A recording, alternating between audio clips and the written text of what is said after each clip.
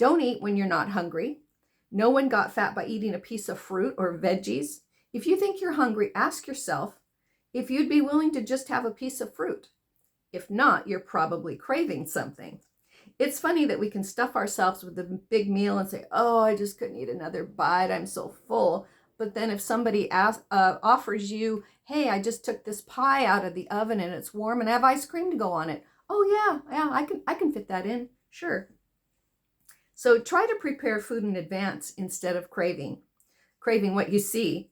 Sometimes we have bad habits from our childhood, like being told that we have to eat everything on our plate, or you shouldn't waste food. Well, I agree you shouldn't waste food, but if it's between the extra food going into the trash that I can't eat, or forcing myself to eat it and then wasting it in my body as extra weight and calories and making me not feel good, then I would rather waste it in the trash.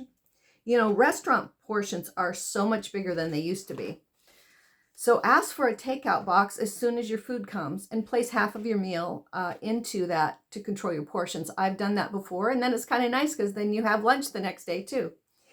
If you mess up and overeat, and so do some damage control right away, because sometimes you think, oh, I've blown it. I had a cookie and I was trying to diet, and then you just, oh, it doesn't matter. I'll just keep eating. And then it just gets worse and worse. So try to do the damage control right away. Fast, eat less, reduce or eliminate carbs for that day. True hunger goes away after 3 days, but not cravings, because they're in your mind. Some of us are emotional eaters. We turn to comfort food to soothe ourselves.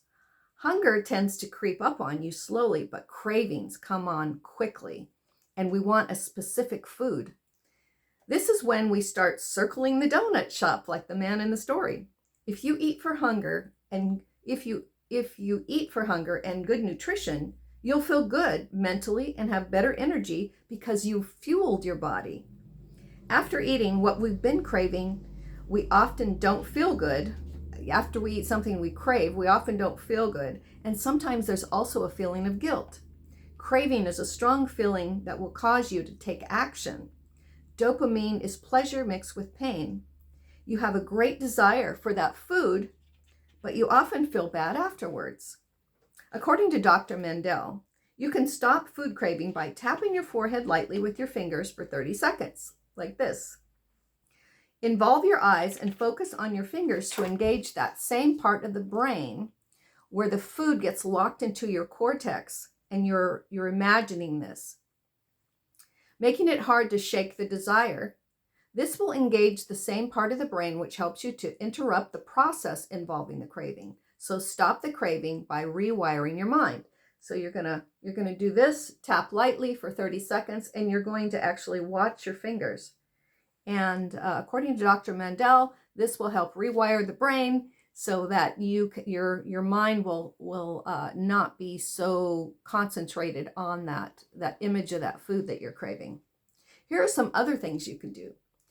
Sip on peppermint tea or get a bottle of peppermint oil and smell it every few hours. This is great for your breath too. Put a little on your tongue, and that'll help too. But a study at Wheeling University found it caused people to eat up to 1,800 fewer calories and reduce cravings for sweet and fatty foods.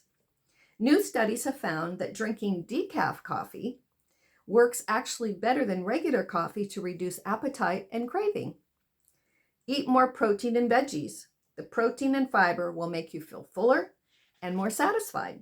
Lastly, adding spices like cayenne pepper to your food has been proven to increase metabolism and decrease your appetite.